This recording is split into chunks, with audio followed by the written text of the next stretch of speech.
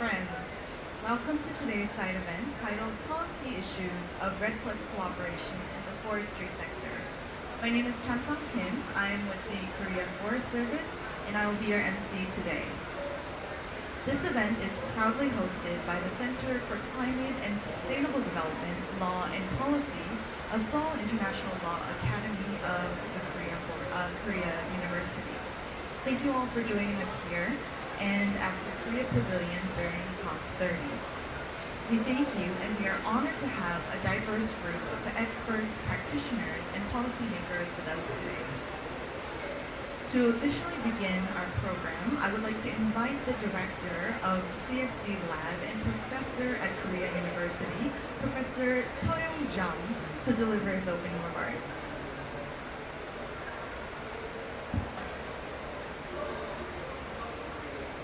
Good afternoon, distinguished participants and colleagues, and ladies and gentlemen. It's my great pleasure to welcome you to today's event, Policy Issues of REDD Plus Cooperation Forest Sector, held at Korea Pavilion here today.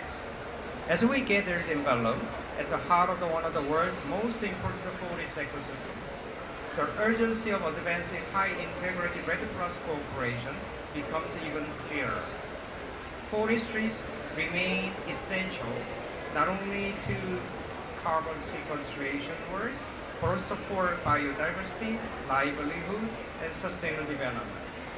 Yet, achieving meaningful results require governmental systems that are legally sound, transparent, and operationally robust.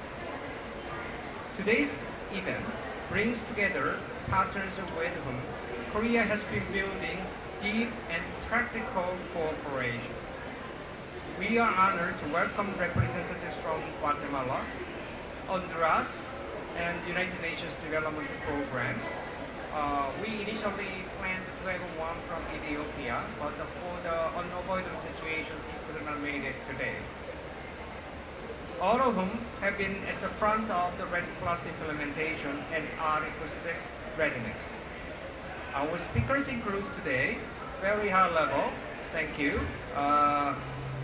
Initially, Mr. Bruno Enrique Arias Ligas, General Manager of the INAB Guatemala, but unfortunately due to his domestic situation, we have Andrea Meano.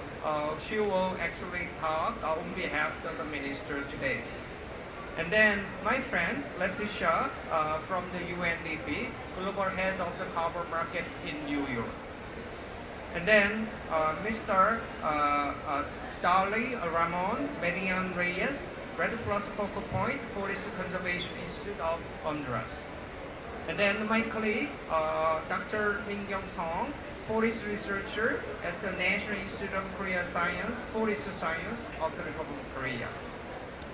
Their collective experience offers a highly valuable foundations for designing effective cooperation models.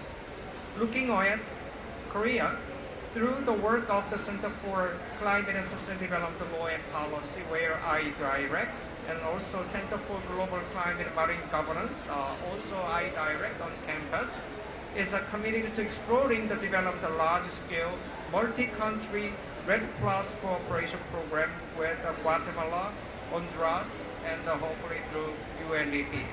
Such a partnership could support jurisdictional REDD Plus frameworks, Article 6.2 readiness, monitoring and reporting capabilities, and the broader institutional architecture needed for high-quality international mitigation, outcomes.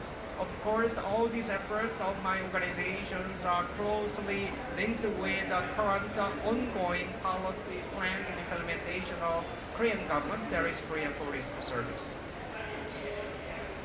Our goal is not merely to facilitate the carbon transactions.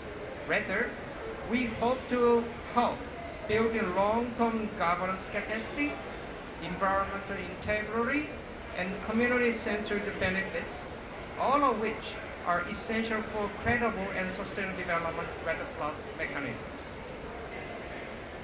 Today's event brought together partners with whom Korea has been building deeply practical cooperation. I would like to express my sincere appreciation to all the partners, both here and then maybe online, whose collaboration continues to shape a more ambitious and inclusive forest sector climate response. I hope today's discussion will serve as an important step toward the design of a cooperative framework that can deliver meaningful global emission reductions. Thank you all for joining us, and I look forward to have a productive and inspiring session. Thank you very much.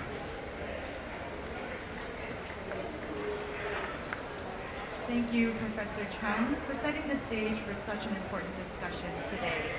Before we move on to the session, I would like to capture today's event by having a group photo together.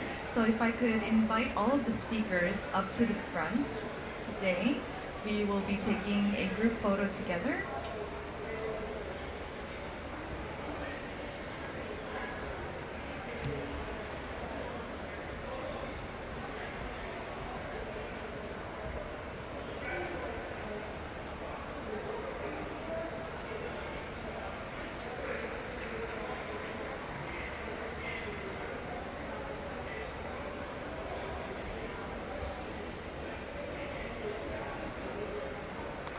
Thank you.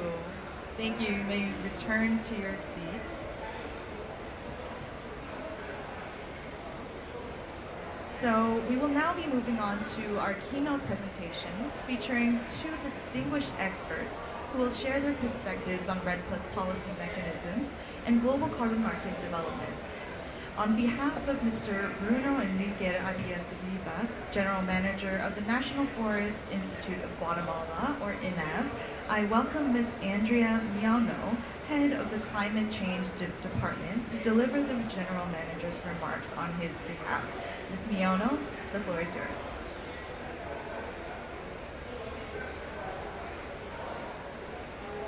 Good afternoon, everyone. Thank you to the Korean government for invitation, and I apologize on behalf to the National Forest Institute manager, Mr. Bruno Arias, who was unable to join us for other commitments.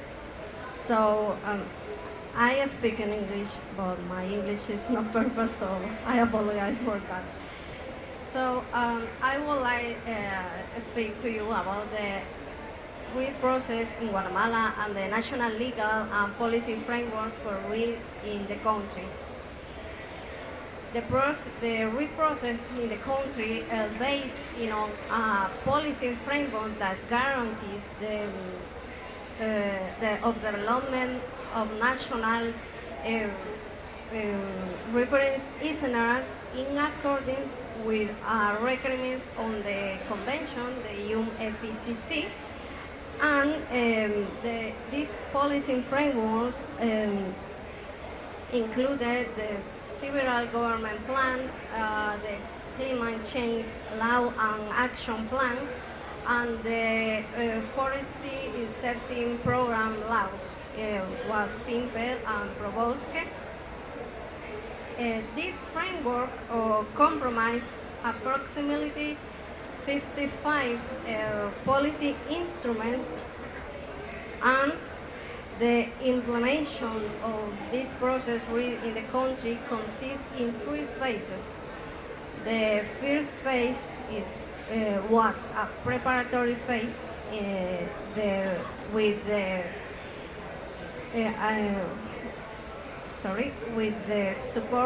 financial support from Forest Carbon Partnership Facility through the Inter-American Development Bank.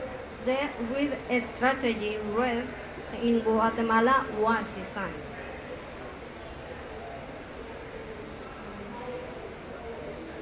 So, in the second phase, actions were taken or reduce emissions from degradation and forest deforestation land.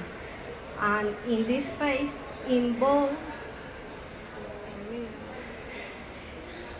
In this phase, involve three initiatives. This provenant on the Forest Investment Program funded by the Climate Investment Funds. These initiatives focus on strengthening forest incentive programs, linking forests with the industry and markets, and improving governance in indigenous territories and protected areas. And the last phase, the third phase, Guatemala access on the approximately $650,000 through a letter of intent signing between the Minister of Policy Finance and the World Bank for develop the emission reduction program document and implement offsets for verified emission reductions is traduced payment for results. So, as a result, for the last phase, the emission reduction program is begin implementing with duration of 30 years, starting in year 2020. So the objectives of this program is addressing the main causes of deforestation and forest degradation. With the scope, it covers 91.7% of the national territory, equivalent at 3.6 million hectares of forest land, for which the country commits to reduce to 10.5 million tons of dioxide carbon for over a period of 5 years. This program designed to produce high quality emission reduction on market expectations, including carbon accounting methodology, environmental and social safeguards, transparent benefit sharing plan, and verification by an independent third party. The formalization of this payment for result is carried over through an emission reductions payment agreement. This agreement is under a two tranche A, so correspond a 5.3% of total reduction emissions, and tranche B correspond a 94.63% of total emissions. This agreement includes 3 periods of to pay for the first payment. This period monetary and the surveillance periods correspond to period 1 of the year 2020. The period 2 correspond year 2021-2022, and the last period correspond year 2023-2024. So, under the real implementation in Guatemala and the experience under the emission program reduction, at national level we are discussing and evaluating the market options for the country, and these options under Article 6 of Paris Agreement. In the country, we have an organization, a consultation under National Climate Change Council. This is the space official. We are decision making and discuss these issues of the options markets for the country. We have under the emission reduction program pre-steering committee, national benefit sharing committee, technical implementing groups, more than 240 local community-based organizations, dialogue and participation. We have articulations of the legal framework, policy instruments complement the process read in the country. We have a proposal of national policy on compensation for ecosystem service. We need a climate change law regulation carbon max in markets in the country we have done, and interinstitutional working group to develop a carbon market. Forest reference levels submitted and valid by the UNFCCC, reference level validated and verified by a third party of Standard Aster Global, environment solutions, and a study of agents and drivers of deforestation and degradation, currently beginning of that. And the last one, but very important, we have a strength for the forest monitoring system and safeguards. We need a strong national forest monitor system, environmental and social management framework, information on multiple benefits, other impacts, governance, and safeguards. In the country, we don't have a safeguards on the framework or the UNFCCC, and benefit sharing mechanisms ready for operation. So, in this graphic, show you for what the dynamic in the transferring country and receiving country, but according to the ITMOS. So the options on Article 6.2 do not account for these emissions in the country mitigation targets. There are before corresponding adjustment is required in the transferring country and receiving country. So this is an example for a dynamic we needed implement in the country. That's all.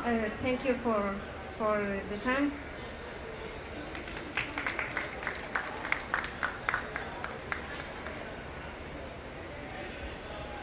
Thank you very much. And also, we have a very lovely gift from the INEV.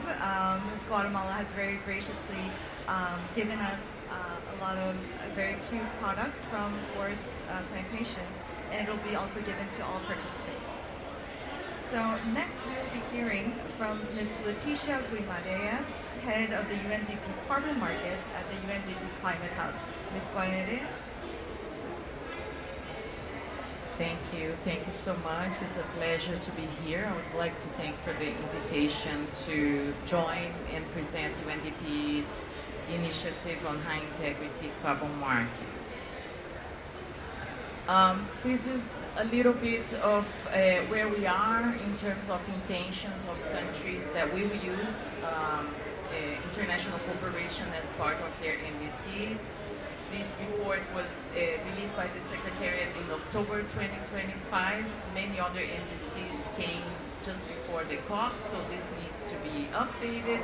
Hopefully the signal is even better, but what we see is that there is a significant increase from 64 to 89% in terms of intentions of using international cooperation for the implementation of nationally determined contributions.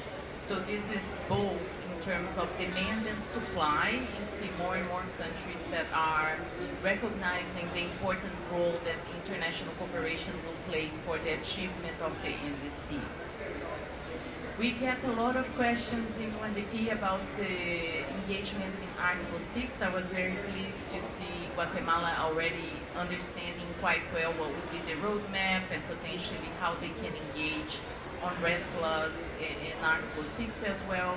Most of the countries that we engage with, they are concerned about how they can participate, how they can mobilize private finance to further support their engagement in the forest sector, how to strategically use carbon markets vis-a-vis the other sources of finance, how much do they need to commit, what is the impact in terms of their NDC implementation, and so forth. So understanding that a lot of countries have this need for technical support to fully understand their impact in their NDCs of engaging in international cooperation, but also what the opportunities are in terms of raising further ambition. We have the Carbon Markets Initiative as part of the Climate Promise. The Climate Promise is the largest UN-wide initiative in terms of support to developing countries for NDC implementation. And we currently support more than 100 countries, including some of the countries that are here represented, in updating their NDC and providing support in different areas, including carbon markets. Carbon markets comes under the second pillar of the Climate Promise. The idea is that by bringing additional carbon finance, we can accelerate the implementation of NDCs as countries will have access to clean technology and private sector finance to have further ambition. Our vision is to support the design of carbon markets that are rooted both in environmental and social integrity. We are a UN agency that focuses on development, so it wouldn't make sense for us to not include social integrity as part of the work on carbon markets. Our idea is to connect global ambition with local action. And we are doing that with the aim of unlocking significant private finance to accelerate the NDC implementation and the SDG agenda. We have 3 strategic outcomes from the High Integrity Carbon Markets Initiative. As I said, unlocking finance for the enhanced implementation of the climate targets, but also sustainable development targets is key for us. We want to foster equity in carbon markets and improve the outcomes for host countries and local stakeholders. This is key. We are talking about a market that represents 1 to 5 billion resources, but when you talk about the overall supply chain of carbon markets, you're talking about hundreds of billions of dollars.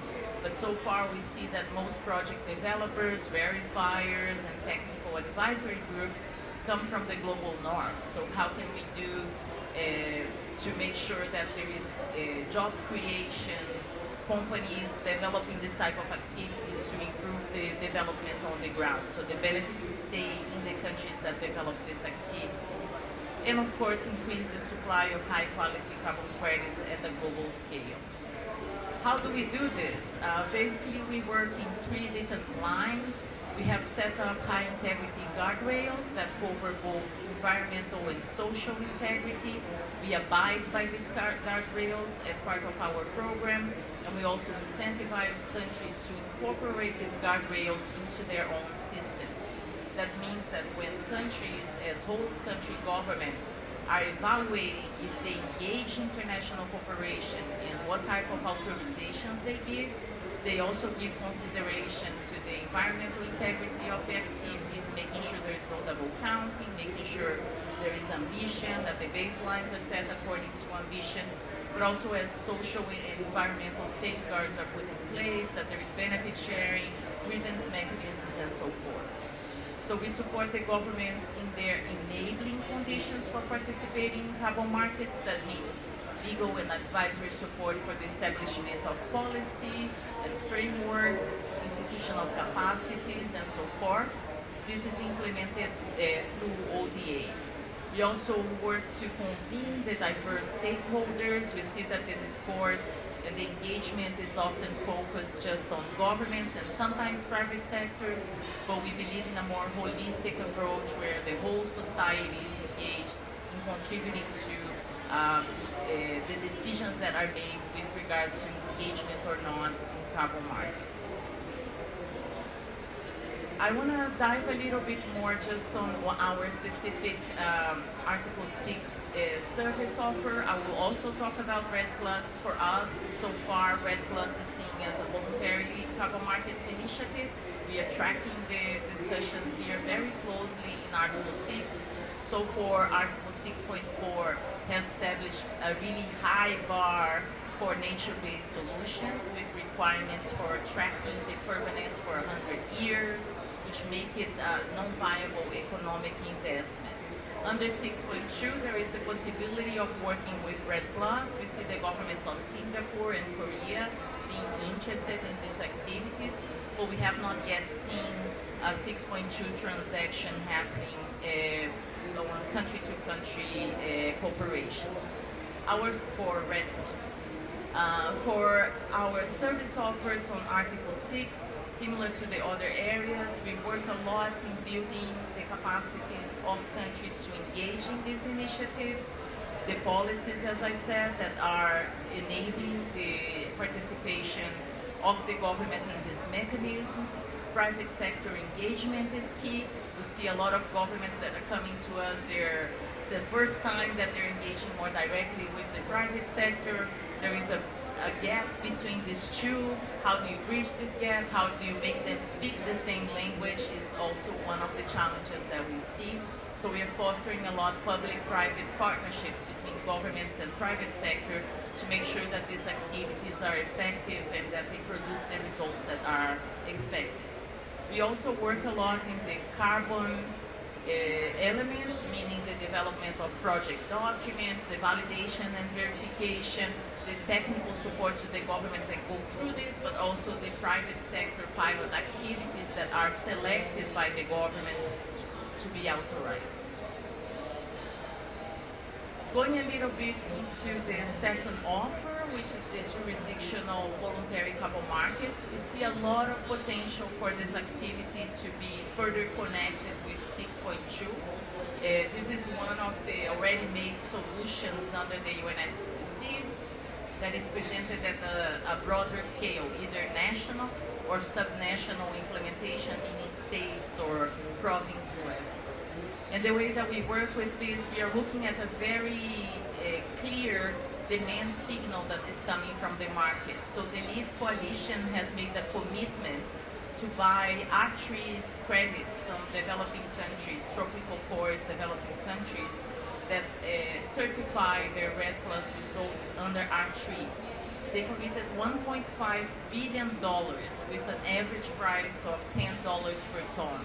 So this is a significant amount of resources, both from governments and the private sector, that is already available for countries that qualify to access these resources. So our work here is again to strengthen government capacities so they understand what they need to do in order to tap into this opportunity. We provide hands-on technical assistance for the development of the documents, for the MRV, for the detailed accounting, for nesting of potential independent projects into the jurisdictional system. We also work on benefit sharing schemes, grievance mechanisms. As I said, for us, environmental integrity and social integrity come at the same level. We also facilitate jurisdictional access to these resources. The LEAF Coalition requires, similar to the Green Climate Fund, that jurisdictions come with a financial intermediary to receive these resources. And this financial intermediary needs to guarantee that once the resources are channeled to the country, that they are being done according to fiduciary and social safeguards elements. And I'm happy to say that we signed 2 contracts to be financial intermediaries for Ghana, around 40 million, and then with the state of Pará here in Brazil, $180 million that will be received by these 2 jurisdictions. A little bit of where the carbon markets and voluntary carbon markets intersect, and this is why for us, even though these are 2 different offers, the key here is the role of the national governments, the host country governments.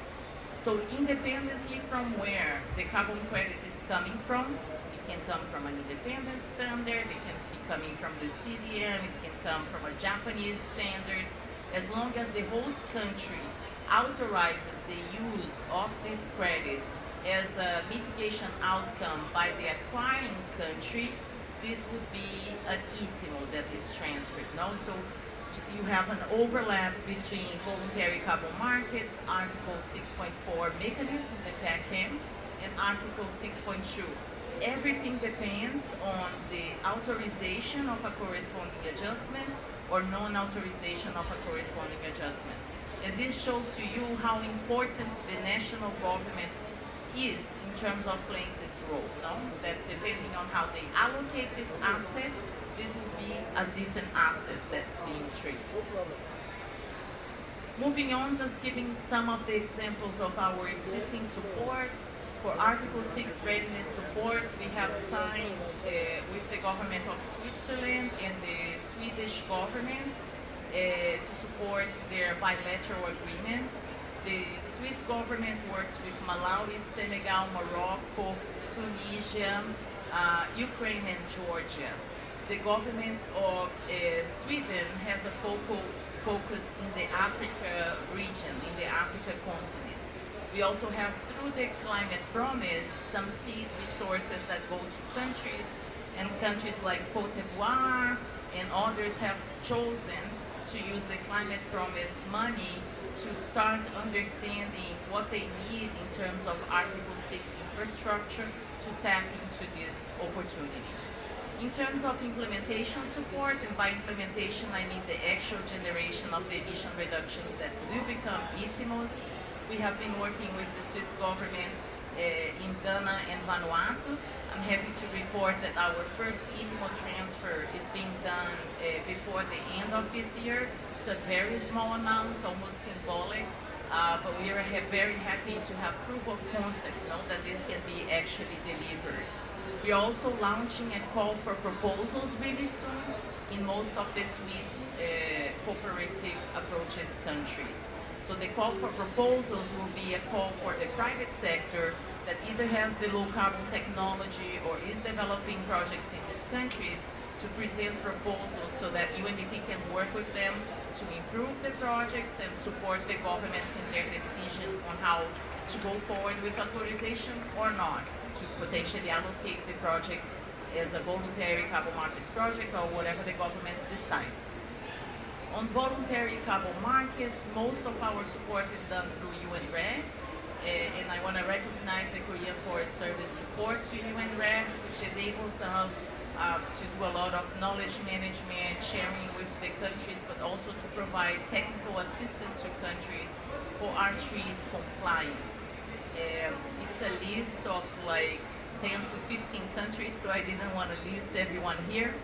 I also wanted to call the attention for the work that is currently being done in more advanced states in the Brazilian Amazon, in Costa Rica and Ecuador. These are countries that are going through validation and verification already and are about to issue credits. These are some of the resources that are available for everyone here to access. We have an Article 6 self-paced course that was developed by UNDP in partnership with the UNFCCC. We also have the country guidance for navigating carbon markets that was developed with the World Bank that defines in different modules a step-by-step process. So countries can select where they start. So for Guatemala, they're probably going to start in module 3 or 4. You don't need to start from the beginning, but that at least gives you some sort of roadmap for countries to ensure that they are considering all the elements and making informed decisions. We have also developed with the VCMI, the Voluntary Carbon Markets Integrative Initiative, another toolkit that is more general but also supports both for VCM and Article 6 these countries. I'm happy also to report that yesterday UNDP launched, so the PowerPoint is outdated, UNDP has launched the High Integrity Toolkit, which has a first focus on social integrity. So I'll be happy to share this with anyone. The toolkit has 7 modules. We are starting with the Carbon Markets 101, but we will be releasing the different modules every 3 months to keep the momentum and keep people engaged. There will be consultation and consent, gender equality and women's empowerment, grievance redress mechanism, equitable benefit sharing, social and environmental safeguards, and how to measure sustainable development impacts. On each module, we will have a step-by-step guidance and also lessons learned from other countries and projects that have already implemented these different mechanisms. The idea for the toolkit is to make sure that all actors in the ecosystem are building their capacity for social integrity.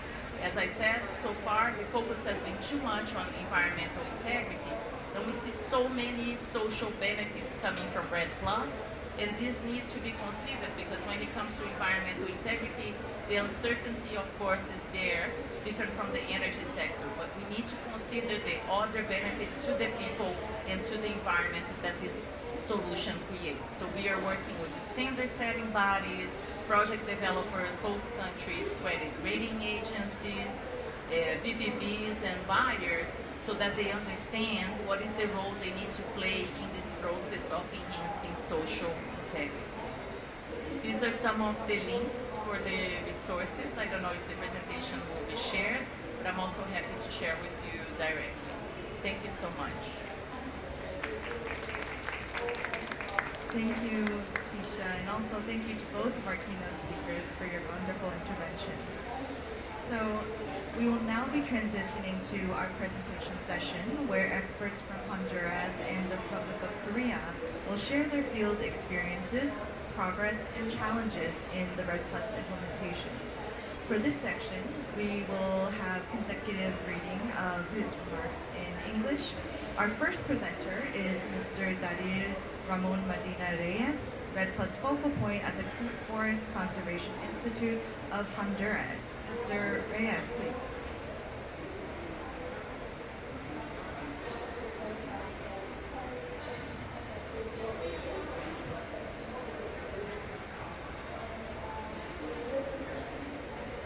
Thank you, and thanks for me for sharing this space with us.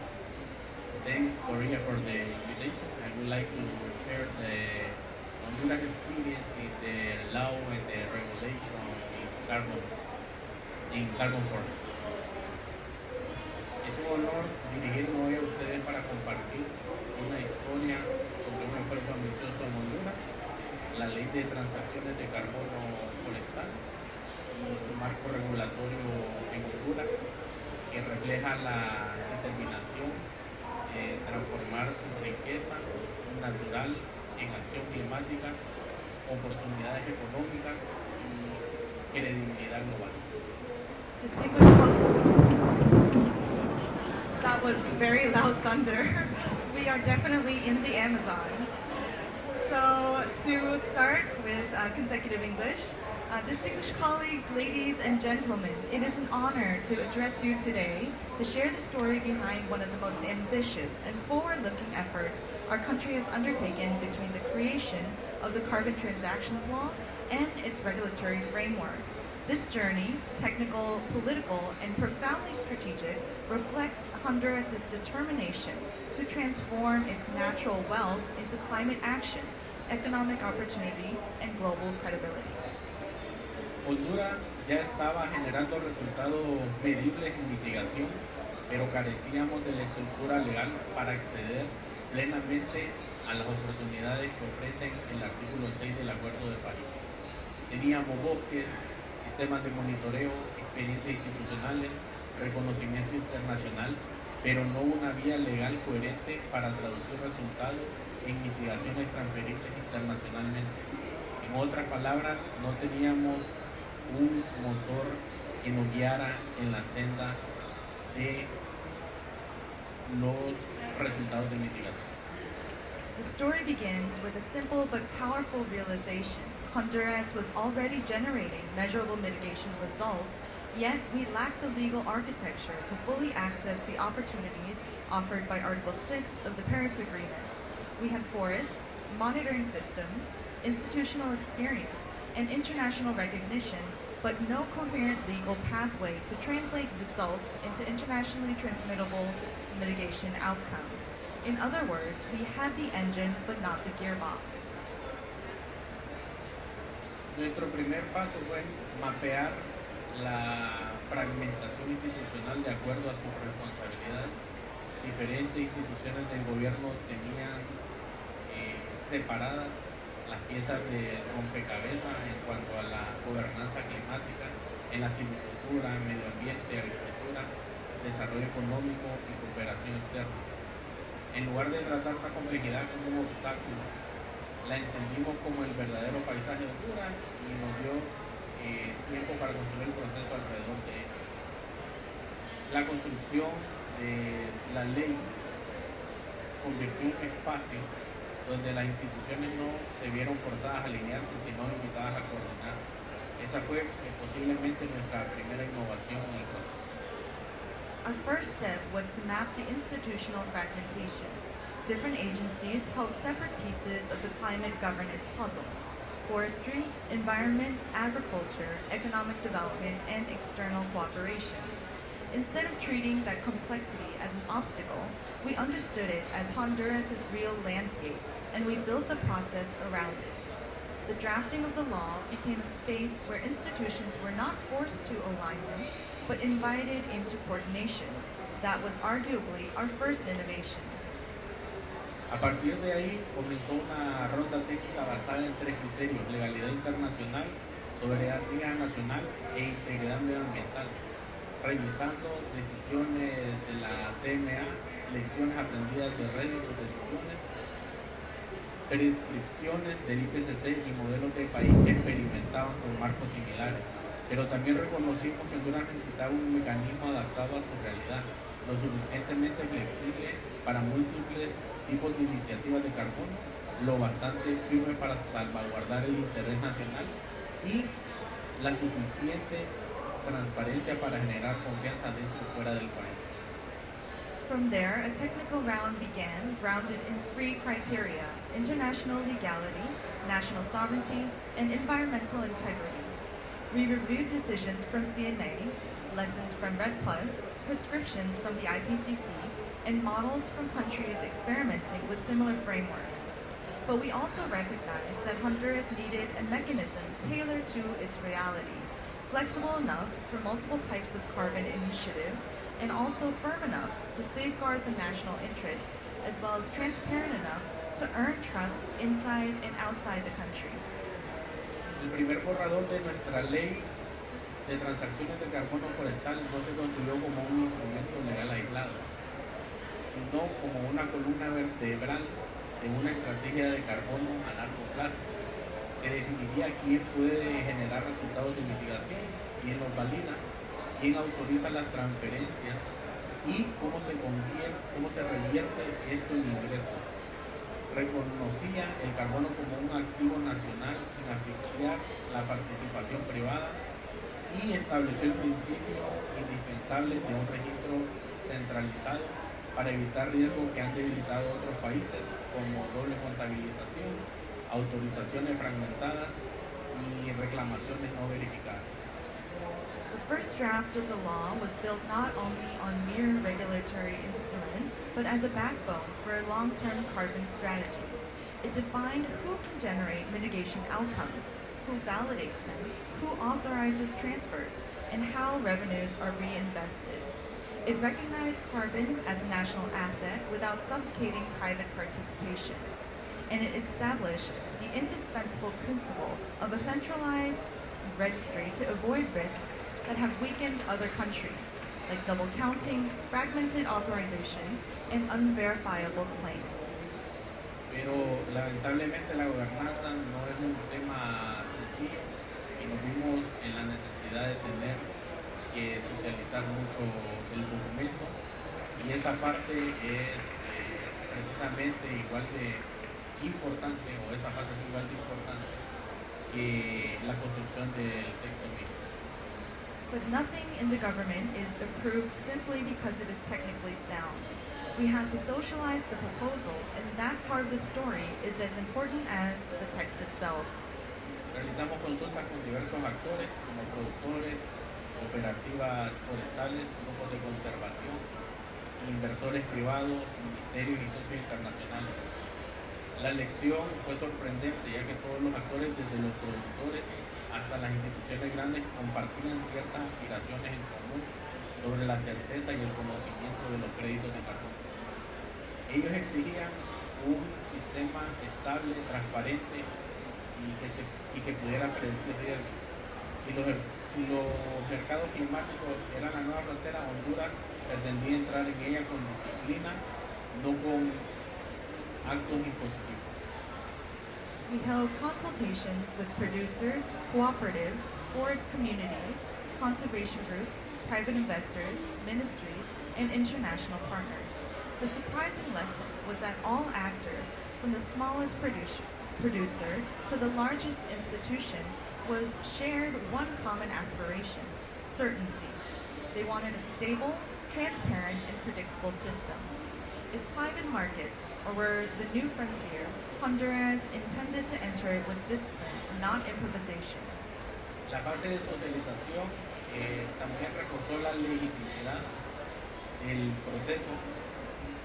Cada comentario, preocupaciones, recomendaciones se incluyeron dentro de la forma en la que Honduras estaba construyendo su ley. Así comenzó a transformarse desde un documento meramente técnico a un marco legal exigido por el país. The socialization phase didn't just refine the law, it strengthened its legitimacy. Each comment, each concern, each recommendation was an indicator of ownership. The law began to transform from a document drafted by institutions to a framework demanded by its country. Cuando el documento estaba en aprobación en el Congreso Nacional, estábamos claros que no teníamos una posición unificada. Honduras necesitó mucho interés por parte de las personas dentro del Congreso que estaban relacionadas al tema. Y el debate legal dentro del Congreso precisamente permitió enriquecer la propuesta de la ley. Y cuando la ley fue aprobada, no fue una victoria simple, pero el mensaje que Honduras decidió dar el siguiente paso hacia una nueva visión o una nueva seriedad sobre el marco legal de carbono a nivel global. When the bill reached the National Congress, we already had a unified position.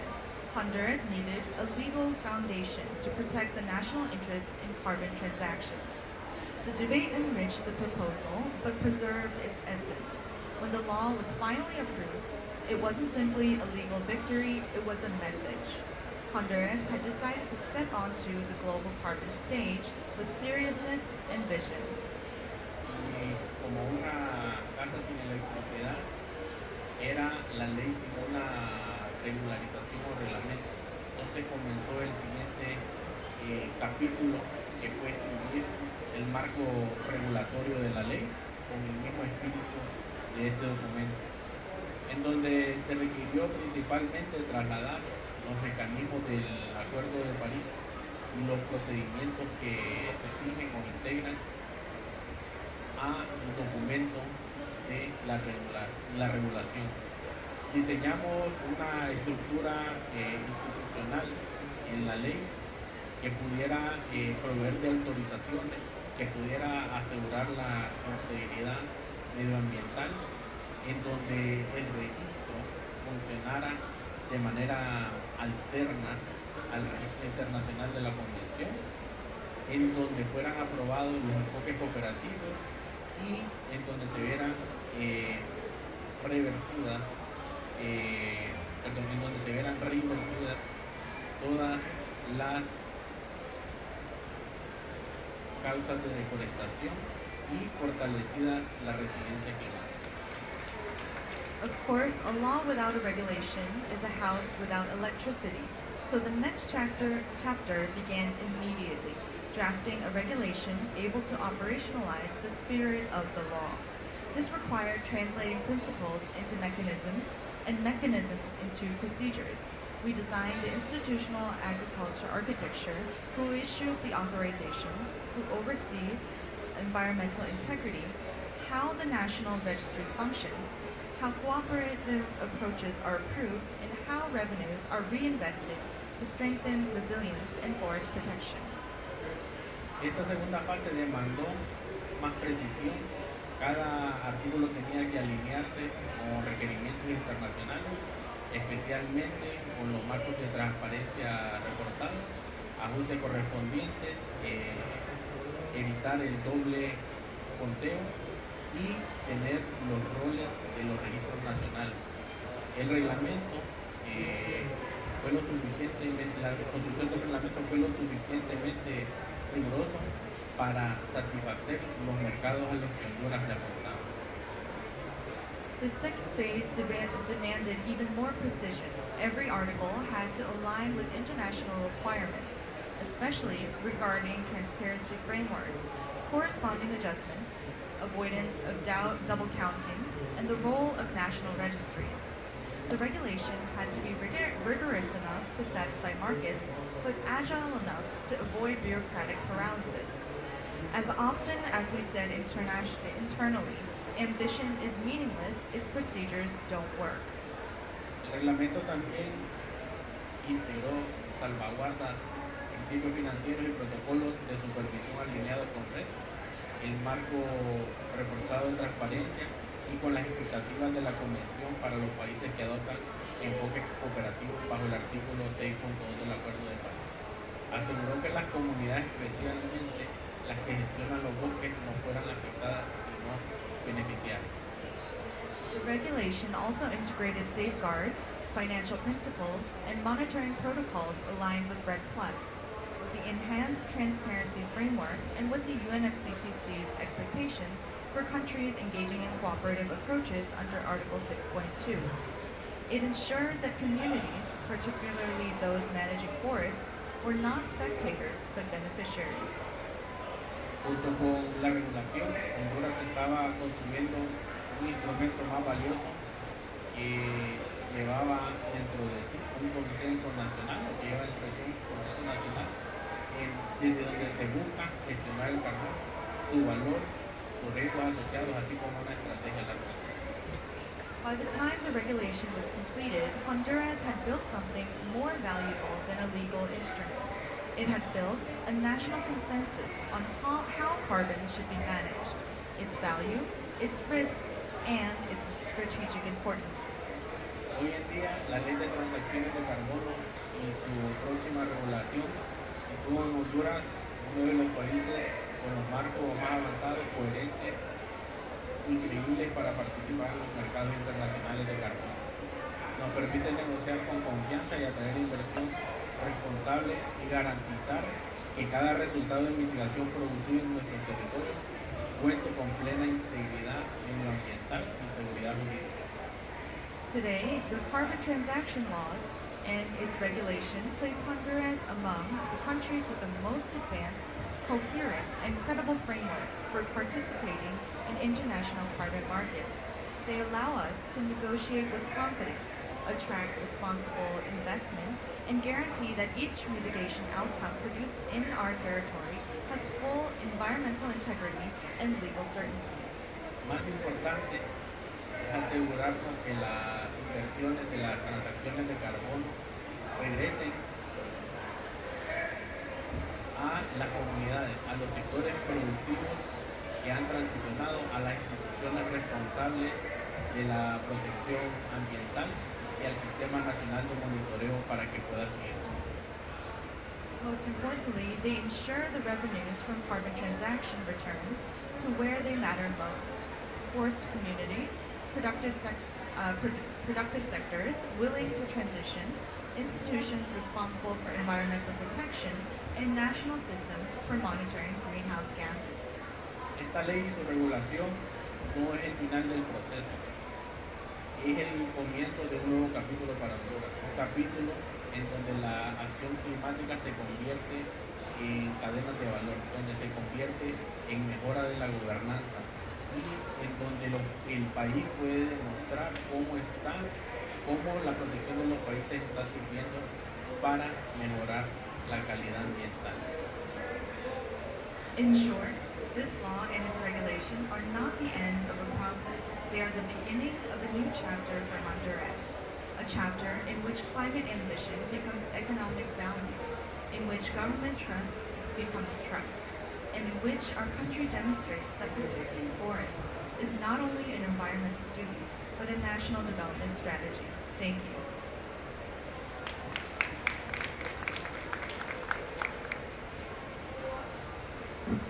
Thank you, Darin, and thank you for the wonderful audience for bearing with us with that consecutive translation. Thank you. Next, we will have our second presenter. We will be having from we were intentionally having to plan a intervention from Ethiopia, but unfortunately he was unable to join us. So next we will be having our next presenter, who is a forestry researcher at the Forest Carbon Center on Climate Change from the National Institute of Forest Science of the Republic of Korea.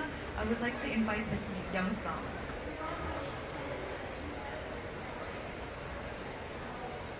Good morning, everyone.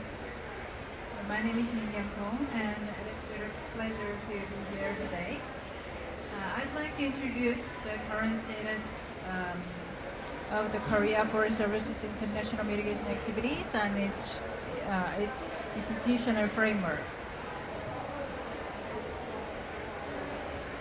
Yes, let me begin with a short overview of the current status of KFS subnational REDD+ projects.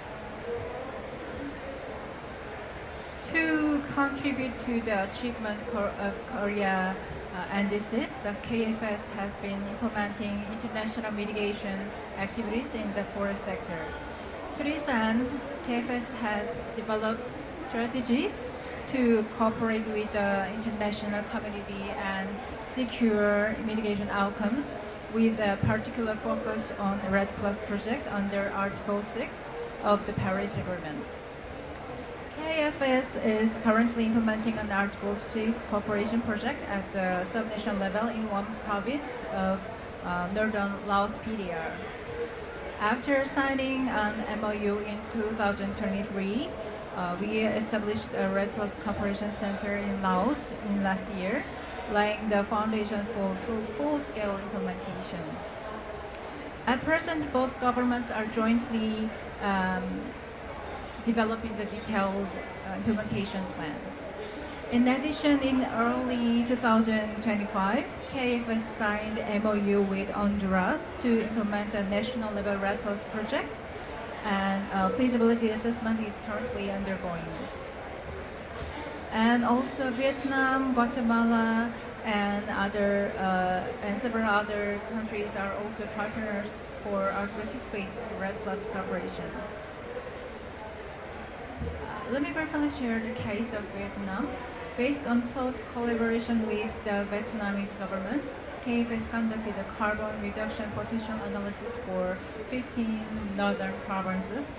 And following the joint assessment, both countries agreed to implement REDD+ cooperation in 4 provinces, including the 3 provinces in this slide. Full implementation of this program is scheduled to begin next year. The cases I presented earlier were G2G REDD+ initiatives led by the KFS.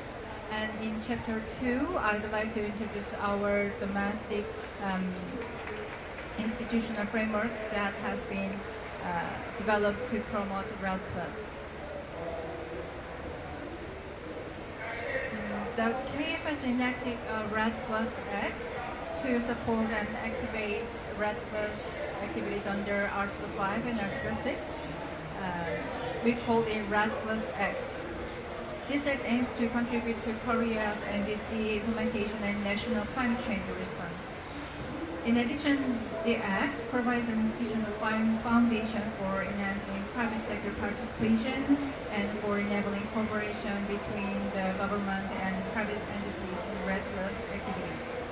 Based on this Act, KFS plans to expand various forms of support to encourage private participation and investment, including policy financing, capacity building programs, training courses, and the provision of technical and project-related information. Furthermore, under the same Act, the Korea REDD+ Association was established as a specialized institution to facilitate and promote private sector participation. With the enforcement of the REDD+ Act, the KFS is required to prepare and publicly notify the national standard operating procedures for REDD+. So, National Institute of Forest Science has developed a SOP for REDD+ project implementation. Now we have completed the development of the ROK's national SOP, and we also prepare separate SOPs for Lao PDR and Honduras soon. This slide shows the overall table of contents of ROK's national SOP. The SOP is currently in its final development stage, but has not yet been formally promulgated through the public notice. Now I'd like to explain the key principles applied to the development of the SOP, and followed by the brief overview of its main component. In line with Korea's commitment to achieve its NDC, the government established a legal basis for international mitigation activities under the Framework Act on Carbon Neutrality and Green Growth. Based on this act, government is promoting sector-wide international mitigation programs, including in the forest sector. To contribute to the overseas mitigation target of ROK's NDC, the KFS has developed an institutional framework that enables the public sector, private sector, companies, and individual actors to voluntarily and activate the REDD Plus project.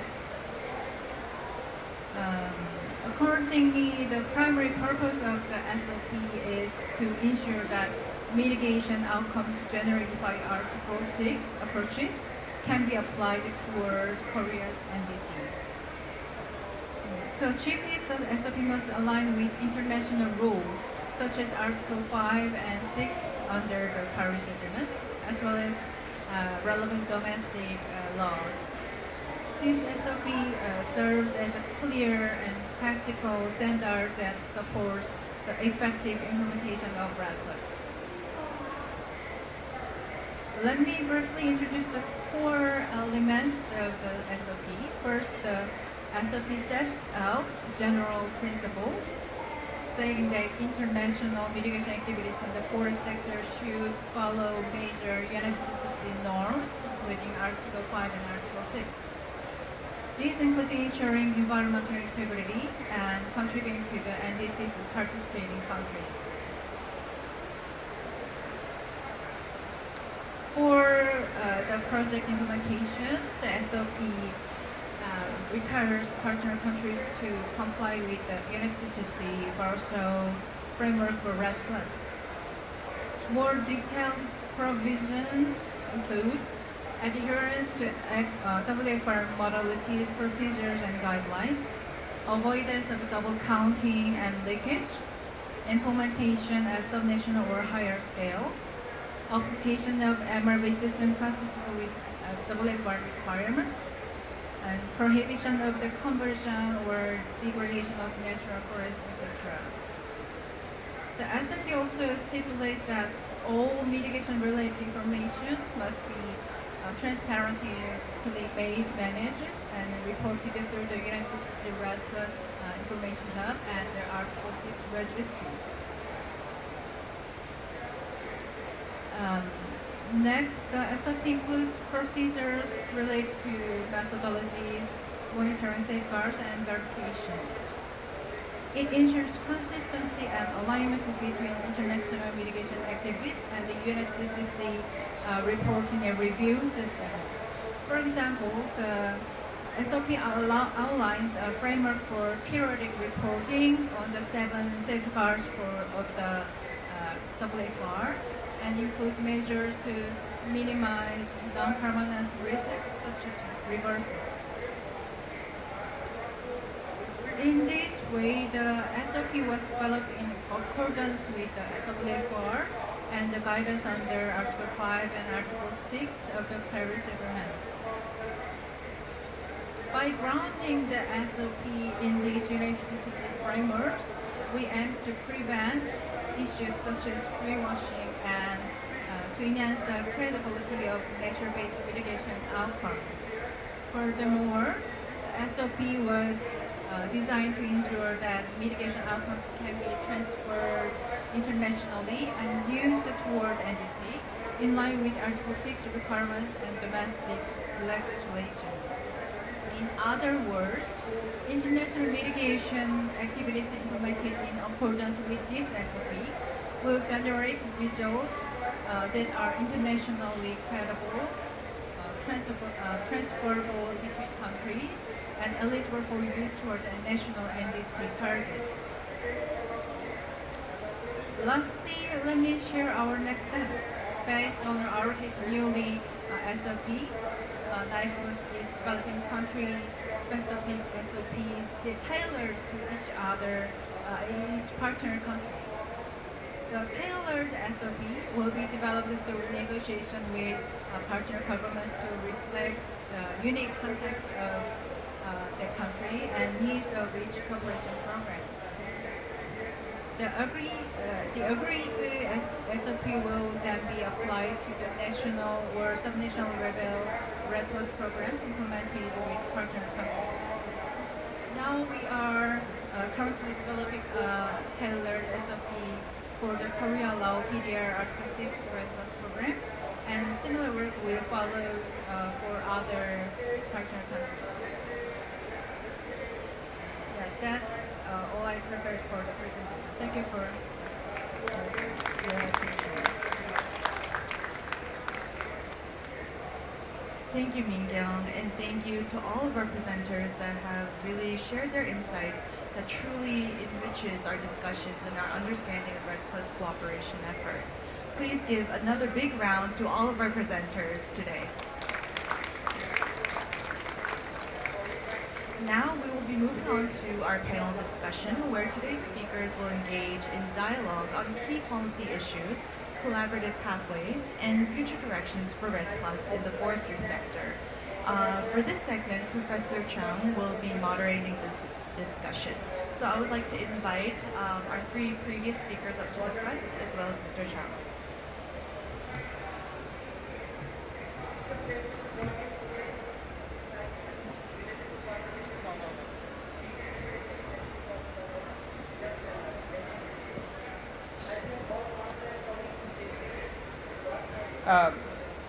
I think that as we planned, even among the participants, it was a very good, learning sessions to have an enhanced understanding on what's going on in the different countries, also with the different organizations. So this specific session today has been designed not only just to share some of the facts, but we are aiming at developing the real collaboration and cooperation between among the countries. So from the Korea's point of view, as nicely presented by Dr. Song, let me just briefly list some of the major points in order to work together with the Republic of Korean government if we want in the forest sector. Number one, Korean government believes that Article 6, that's the watershed framework based on Article 5 needs to be integrated into the process of Article 6 implementation. So from Korean government's point of view, as I understand that REDD Plus program based on watershed framework, I have to ask this question to Letitia, that it's a sovereign methodology. So it can ensure some of the legitimacy issues. It can ensure the sort of the good quality of the work based on all the methodologies that the governments spend years and years to agree upon under the Kyoto Protocol. That's why, based on the watershed framework, and then together with aligning Article 6, now use some of the domestic process of the Republic of Korea, then we can finally start to work on developing and implementing REDD Plus project issues. Number two, as I understand that Korean government is interested in working with other country in developing the REDD Plus project at least at the sub-national level. So it will be great if we can develop the project activities at the national level, if not at least the sub-national level. Number three, Korean government put a lot of good emphasis on the importance of the working together with the host government, not only in terms of participating in the transactions. I think the Korean government is more interested in actually working together with the host government about doing the mitigation activities so that we can create the jobs together, we can bring the more investments, and we can take care of the biodiversity issues and all of these issues that are very critical for the host government. So as I understand that Korea Forest Service is not necessarily interested in just buying the credits which are already available in the market. Rather, we are interested in the, making the credits out of the implementation of the Red Cross framework the methodologies. So having said that, we will have a brief panel discussions, and then I will open up the floor if we have some time left so that I can take some questions. So my first question goes to Leticia. We are good friends, okay? So we know each other. We know the strengths and weakness of on each side. So even we met yesterday to have a discussion, not necessarily for today, but for general interest. So naturally, based on what the Leticia presented on, and based on what the Dr. Song presented on, I have to make sure that from the UNDP's point of view, the Koreans approach, I would like to emphasize a sovereign methodology. Okay, so sovereign methodology can ensure that it is a sovereign. It has been done by the governments long negotiations to agree upon. So using the sovereign methodology, it will be legitimate and it will be good for us to use the credits out of it for the purpose of implementation of the NDC of the Republic of Korea. So how would you think about it in addition to what you have presented on today? Thank you, Professor Chung. I think this is a very interesting question, and the Warsaw Framework for REDD Plus, when it was decided back in 2013, has established that the framework in itself can be the basis for both non-market and market-based approach. So that was already decided. But when used for market-based approach, since you're talking about compensating emissions in one side with the results from the other side, that additional criteria could be created to ensure that there is integrity. So I think it's very interesting that the government of Korea wants to work with governments to build on and ensure that it is according to their mutual benefit. I think the Warsaw frameworks present a very solid basis from which you can build. On the basis of the assessment reports that have been done in the UNFCCC, you will be able to identify which countries have results in deforestation, forest degradation, restoration, sustainable forest management, and choose those that make more sense to you and work with them in additional potential requirements that meet these SOPs that the colleague just presented. One of the additional requirements that I imagine you would have for a carbon market transaction is having an independent validation and verification, because the technical assessment that is done by experts under the UNFCCC is a facilitative process of learning by doing for results-based payments. So it's not as strict as the validation and verification. So I would imagine that you would work in the details, use the Warsaw framework as a basis, do additional validation and verification, and move forward with cooperation with REDD.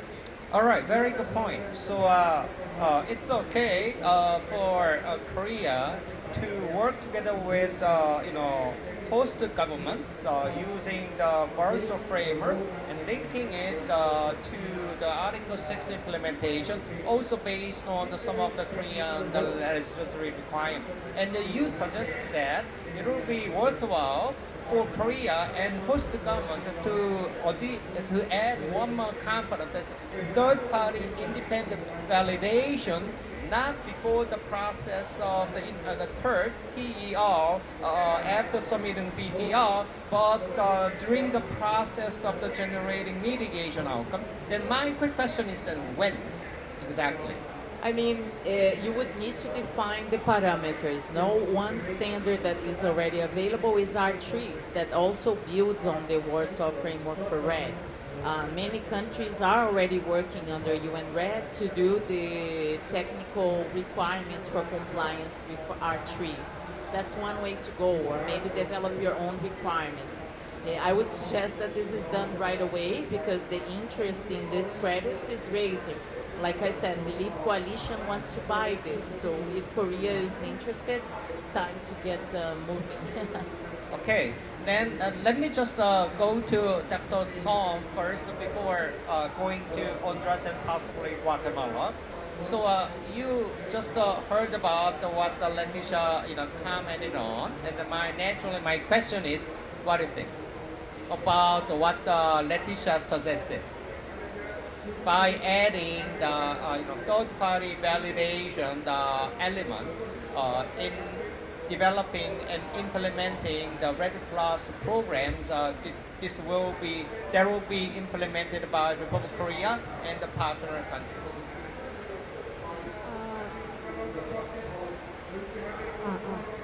Can you hear me?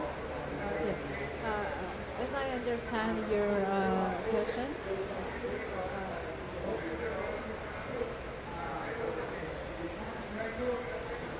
the implementation of REDD Plus cooperation between two countries, for example, Korea and another host country, maybe I think in my point of view, we have to make one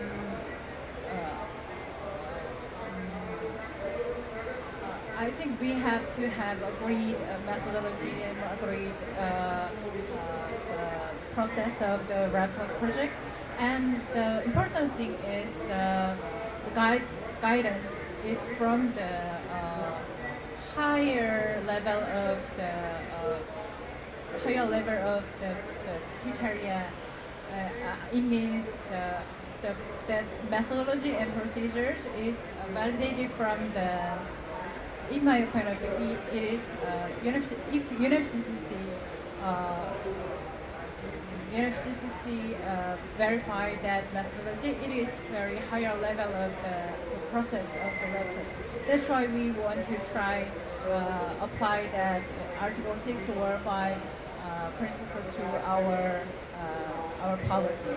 So I think that is a very big point of this kind of mechanism. Right. As I understand that the Republic of Korea puts a lot of emphasis on the maintaining the highest level of the environmental integrity for sure, and then it seems like there is some of the additional clarification needed on what they do. I'm sure that the decision has been already addressed by the Republic of Korea, but also needs to be duly communicated with other partners, including the international organizations and the potential host government partners as well. I have one question to you. I listened to your presentation with a great interest, and then I felt not only of the willingness of Honduras to work on this project, but also I felt sort of the emotions, the feelings that people of Honduras would like to work on with all warm hearts. Right? And then you mentioned the one part, I think in the sense that the private credits may not be allowed by Honduras. By the way, I read your legislation a little bit, so I have some understanding on that. But I just want to ask you to clarify what exactly it means. Say, if a private company would like to participate in activities in Honduras, then from the government's point of view, what they have to do, they are not allowed or they are allowed?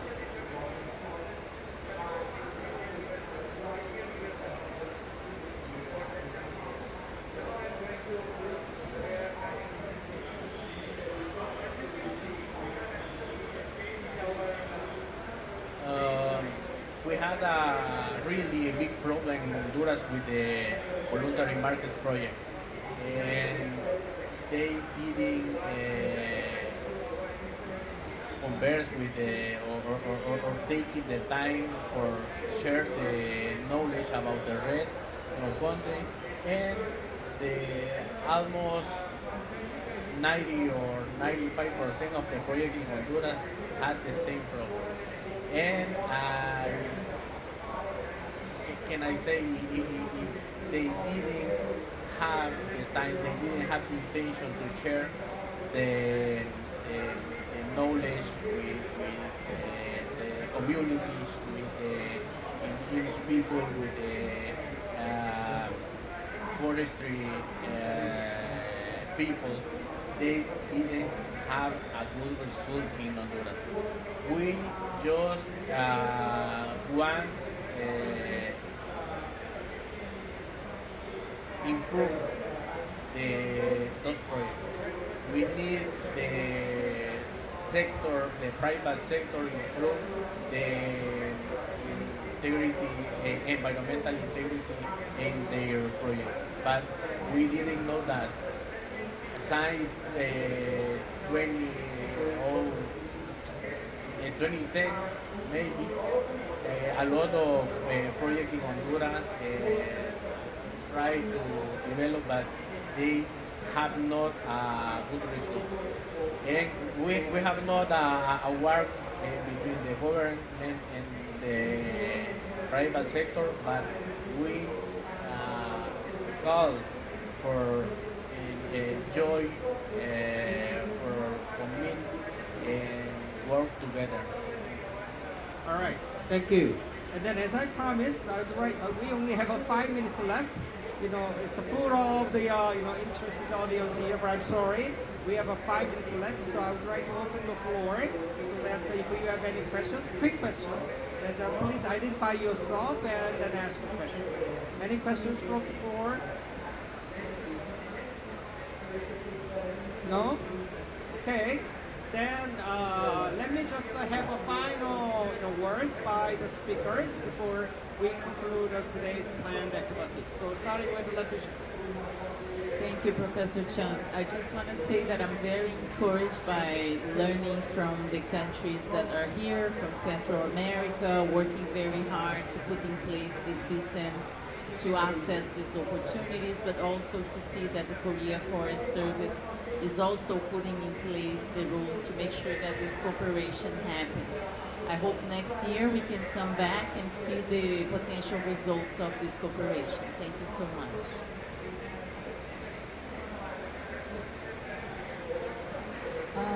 Again, I'm very thankful today to be here. A very great seminar here. So thank you for having me here. And one thing I want to emphasize is in this era, the Article 6 is early stage, so everyone is doing and learning by doing stage. So in the stage, I think the important thing is cooperation and believe each other is very big point of the, especially for the Red Cross, because it is very quite a hard project because it is based on land-based project, so it takes a long time and very various elements is very complex on Red Cross. So I think even we make the policies and SOP in our country, but I think mutual agreement and mutual understanding is the most important thing for this stage on Red Plus. Would you want to say something? Final word?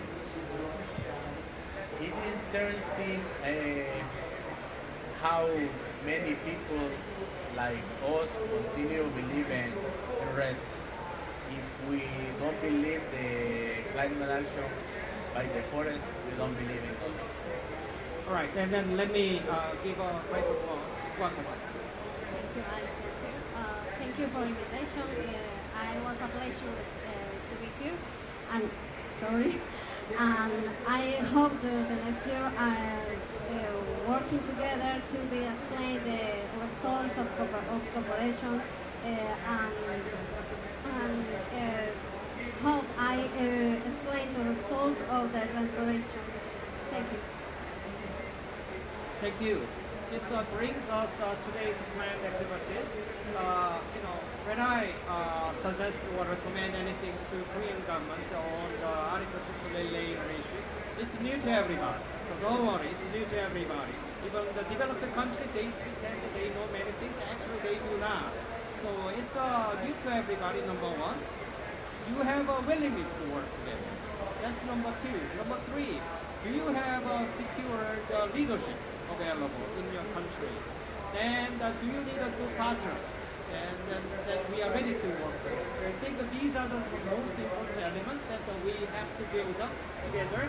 Of course, sometimes we need to have a good friend who can assist in all these activities. So, having said that, thank you very much, and I hope that we can come back the next year again. We still don't know where, but hopefully next year again. Thank you very much.